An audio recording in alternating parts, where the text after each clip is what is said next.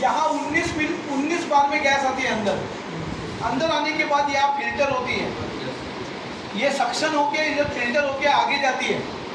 आगे में देखो आपको ये स्टैंड बाय 2 वॉल दिख रहे हैं, हाँ, और ये स्लम शेड दिया है। ये स्लम शेड क्या है, अगर आगे पीछे ये लाइन डैमेज हुई तो इधर 4 बार प्रेशर आएगा नहीं, सॉरी 19 बार प्रेशर आएगा नहीं, प्रेशर नहीं आएगा तो ये क्या हो जाएगा, स्लम शेड में रेगुलेटर बंद हो जाएगा।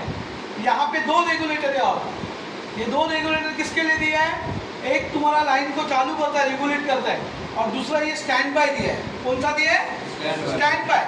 ओके, आपका रेगुलेटर यहाँ पे देखो अंडर प्रेशर शटअप वाला होता है, कौन सा होता है, एक ओवर प्रेशर शटअप वाला होता है, अंडर प्रेशर शटअप, दोनों में अपना इसका लक्ष्य होता है। यहाँ पे ये वेंट होता है, अगर तुम्हारा ये वॉल बंद हो गए तो बीच वाला गैस यहाँ से क्लिप से निकल जाएगा।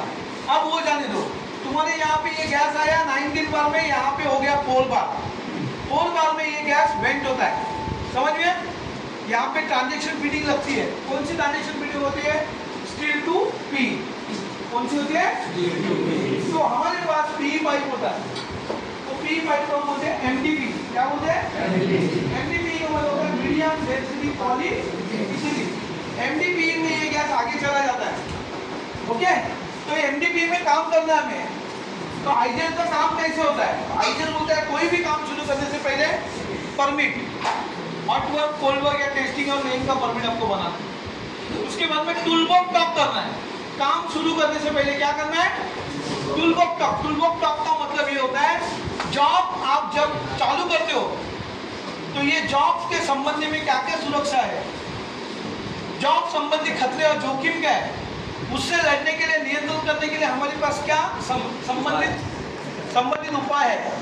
पीपी कौन कौन से पहनना है, सुरक्षा नियमों का कैसे पालन करना है, आपको पालन करके उसका अनुकरण कैसे करना है, और सुरक्षित कार्य प्रतिक्रिया कैसे करनी है। आपको पता रहेगा एक्सीडेंट के पीछे 2 कारण होते हैं, एक असुरक्षित कार्य और एक होता है असुरक्षित हालात। क्या होता है, अभी ये बारिश आ रहा है, इसको बोलते हैं असुरक्षित हालात। क्या होगा, तो ये एमडीपी पाइप का मतलब होता है मीडियम डेंसिटी पॉली एथिलीन। ये पाइप 2 प्रकार के अवेलेबल है, एक P80 और एक होता है P100। तो P80 को पहचानने के लिए कौन सा कलर होता है, येलो, और P100 को पहचानने के लिए अच्छा, 80 का मतलब क्या है और 100 का मतलब क्या है, ये 80 का मतलब और 100 का मतलब क्या है, पानी दे करते हैं, हाँ है, टिपी है ना तुम, 80 का मतलब क्या है, टिपी में बैठे हो तो कुछ पूछना नहीं है, चल रहा अपना, अरे बताऊंगा मैं, लेकिन पहले तुम तो बताओ, मैं बताता हूँ अभी क्या है। हमारे स्टील लाइन का टेस्टिंग 70 से 80 बार में होता है। ए चुप, हमारा स्टील लाइन का टेस्टिंग कितने में होता है, और इसका ये जो 80 दिया है, 80 का मतलब होता है 80 बार का कोई अगर प्रेशर आ जाएगा पाइप में तो भी ये पाइप सस्टेन करेगा। तो ये पाइप का कैपेसिटी कितना है, 80 बार का, कितना है, अगर P100 होगा तो उसका कैपेसिटी कितना है, समझ में। तो कल अगर टेस्टिंग में हमारा FRS फेल हो गया, हमारा सिटी गेट का जो रेगुलेटर है वो फेल हो गया, तो हमारे पाइप में 70-80 बार का प्रेशर भी आएगा तो भी ये पाइप क्या करेगा, 80 का मतलब होता है 8 मेगा पास्कल, ये इसका स्ट्रेंथ है P80 का, और 100 का मतलब होता है 10 मेगा पास्कल, ये इसका स्ट्रेंथ है, स्ट्रेंथ है ताकत। कल अगर 100 बार भी प्रेशर आएगा तो भी ये पाइप सस्टेन करेगा, जॉइंट सस्टेन करेगा, मालूम है, जॉइंट में लिखे जा सकता है, लेकिन पाइप के अंदर लिखे जाएगा नहीं, मैं श्योर, समझ में आया। ये पाइप हमें 20 mm dia, 32 mm dia, 63 mm dia, 90 mm dia, 125 mm dia और 180 mm डाया में अवेलेबल। मुझे बताया आईजेल 90 का पाइप इस्तेमाल करती है, आईजेल 90 का पाइप इस्तेमाल करती नहीं, या तो 60 करेगी या तो 120 का, समझ में है क्या, 90 के इस्तेमाल करती इसके पीछे एक वजह है। एक ऐसी दुर्घटना घटी थी कि 90 का समझ के एक आदमी पाइप डालते गया, कॉन्ट्रैक्टर डालते गया, बोला ना पढ़े लिखे अशिक्षित बोलते हैं हम लोग, पढ़े लिखे अनपढ़, पढ़े लिखे पाइप डालते गया 90 के लाइन तक आ गया। अभी 90 के लाइन तक उसको जॉइंट मारना था।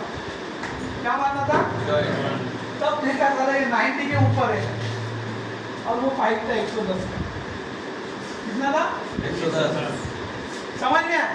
तो आईटी ने क्या किया, सारे ये तो लफड़ा है, तो हम लोग 90 का क्या करते, पहले उन्होंने रिड्यूसर मंगाया, फिर बाहर से जर्मनी से आया वो जीएफ से, वो लगाया गया। उसके बाद में प्रॉब्लम सॉल्व, उसके बाद में आईजीएस कभी भी 90 का मेरी डालती नहीं, या तो 63 या तो 125 या 180। समझ में आया? ओके। अभी ये सब जो भी मैंने डायमीटर बताया, यानी गोलाई 20, 32, 63, 90, 125, 180, ये सब ओडी है। ये सब क्या है? ओडी। बाहर का डायमीटर, इसका डायमीटर है बाहर से, यानी पाइप है। अभी अपना ये पी का पाइप है, दे दो इधर, पी का पाइप बाहर से हो गया। क्या हो गया? ये बाहर से। ये P80 का येलो कलर का पाइप है, लेकिन ये जो फिटिंग है ये P100 की फिटिंग लगाई। कल अगर 100 बार भी अगर प्रेशर आ गया तो ये यहाँ पे जॉइंट लीकेज होगा नहीं। समझ में आया? ये इसके लिए। अब ये पाइप के ऊपर हर 1 मीटर के ऊपर काला कलर में इसका इंफॉर्मेशन दिया रहता है, यानी किसने बनाया है, किसको बेचा है, कितना mm का डाया है, और इसमें लिखा जाता है उसका SDR। क्या लिखा जाता है? SDR। ये SDR 4 प्रकार का होता है, 17.6, 13.6, 11 और 9 का होता है। आईजीएल में जो SDR इस्तेमाल होता है वो कौन सा होता है? आईजीएल में SDR 11। कौन सा होता है?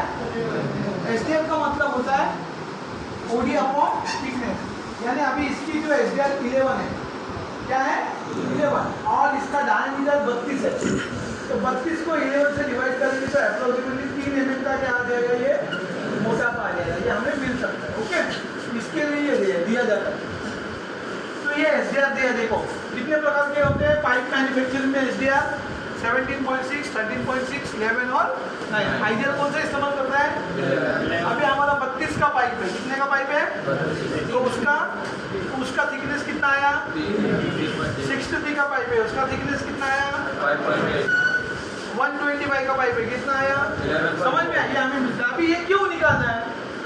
तो इससे हमें उसका फिटिंग का फिगर टाइमिंग, फिटिंग टाइमिंग है ना, ये निकाला जाता है।